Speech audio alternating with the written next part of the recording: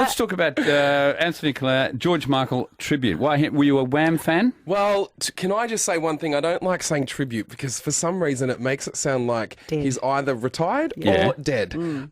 This is a celebration of his music. He's been around for 30 years as a solo artist, and to be honest, this whole idea came from a really self-indulgent place. I wanted to do this myself, and I just booked out the room at Crown at the Palms and the Palms at Crown, in May, and I just wanted to do this for my own fun. And before I knew it, it was sold out 2 months before the gig, and I just went, oh crap, I haven't even put this show together yet. We should actually do something here. And I love George Michael's music, and you know, as a 31-year-old, it's been around my whole entire life. So I just wanted to sing these songs, and it obviously resonated with an audience, and so I thought, I love this. Let's take it out on the road. And so I'm coming back to Melbourne to do another show there on October the 4th.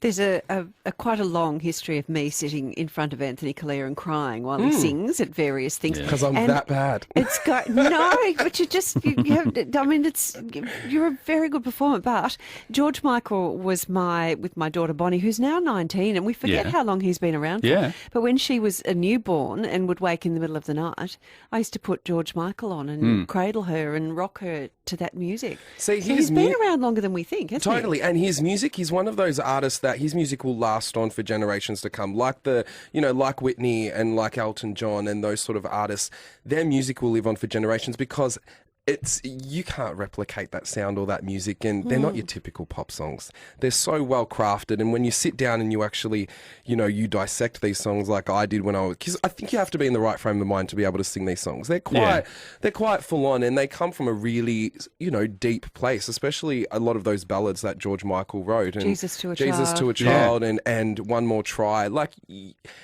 I'll be honest, if I had to sing these songs like 5-6 years ago, I probably, I would have thought that I could do them, and vocally I could do them, but I think you have to be really mature and you have to somewhat go through life experiences to be able to adapt to these lyrics and these songs, and I think that I'm in a good place now to be able to do that. Cliched question, and here it comes, and somebody has to say it. Favourite George Michael song? One More Try. At the moment, I don't know, every time I sing these songs, it sort of changes. Guilty Feet have got no rhythm, though? Sure.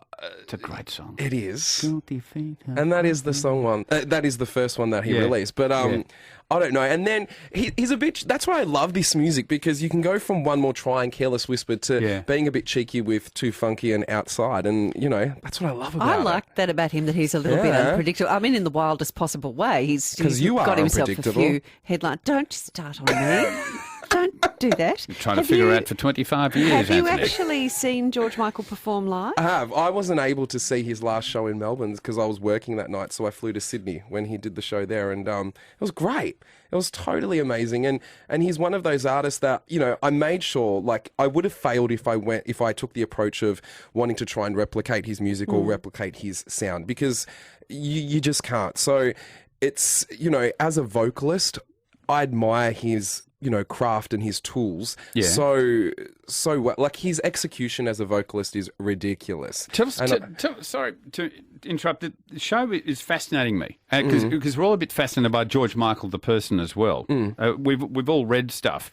Are you going to talk about George Michael? Are you going to sort of tell stories about George Michael along the way? You're just going to come out and say, right, here's this fabulous music and we'll all love it and go away again? Well, to be honest, I don't really dwell on the whole, telling a story. It's not one of those shows where like you come... Stevens it's not a cabaret show. It's basically we're celebrating his music. And yes, there's a few anecdotes that I talk about and George Michael's music, but basically it's purely about the music, and that's what I love about it. I think you need to, because I think it's the elephant in the room. We all, and I think the public are very forgiving of George Michael's indiscretions, if you want to call them that, because I don't think people think some of the things he's done are that bad. I think crashing your car into a shop, I think you need to... Done that.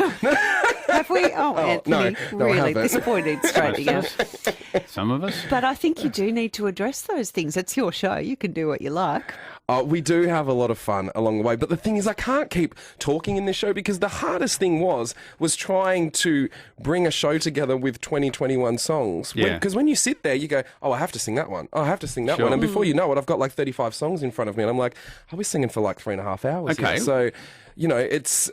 I sort of cut to the chase a little bit because at the end of the day, that's why people love George Michael. It's because of the music. Of course it is. And so, of course, you know, I always try and put myself in an audience member's shoes and say, what do you want out of this concert? And you know what?